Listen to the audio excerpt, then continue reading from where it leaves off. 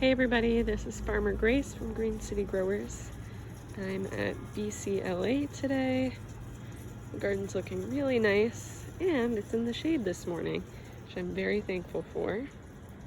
So over here are all the roots that I seeded about 4 weeks ago, coming along really nicely.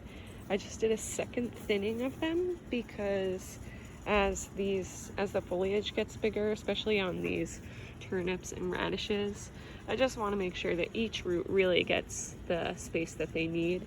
I'm going to be kind of babying these along until they get a little bigger because the weed pressure in this bed is really high, and there's lots of mint too, which grows really quickly, so I want to be sure that these guys are getting some extra attention so that we can actually have really nicely sized up root veggies.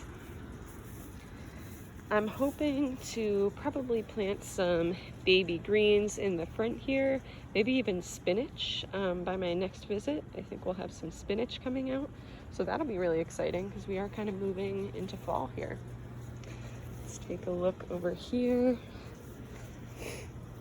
So there are some just little gaps here in the bed I'm hoping to fill in with things like kale, broccoli, some fall lettuces when those come out of the greenhouse. But if we take a look, our leeks have sized up significantly since the time that I planted them. So maybe I'll even plant some more leeks next visit. But these just look so gorgeous. Love leeks, big fan of leeks here.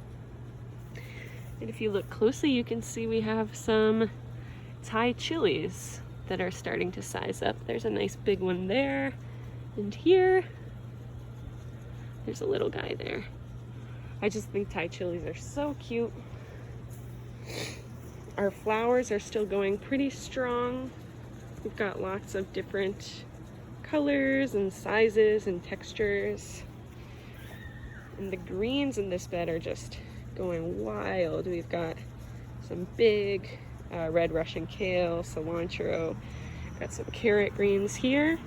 Hopefully there's some nice big carrots growing underneath, and some baby lettuce that I'm hoping to harvest today. One last thing to look at, I was pruning and weeding in this bed here, and we have some squash plants that are kind of growing up the front. But when I was pruning back some of the dead leaves, I noticed that the stems look pretty scarred. And what I think that that's from is some squash vine borer. You can see there's kind of some little holes where they've bored their way into the stem here, which is a bummer, but a lot of the foliage is pretty healthy. So, the damage hasn't completely spread. I'm trying to find another stem that shows where they bore in. Oh, here's a good one. This is our butternut squash here, and you can sort of see that yucky yellow part. So it's gone in through the stem there and essentially pooped out a lot of the plant matter it was eating, and then it starts to kind of rot right there. So overall, kind of a bummer, but I'm not surprised. Although these greens are still looking good, so I'm hoping that the stems will put down some tertiary roots.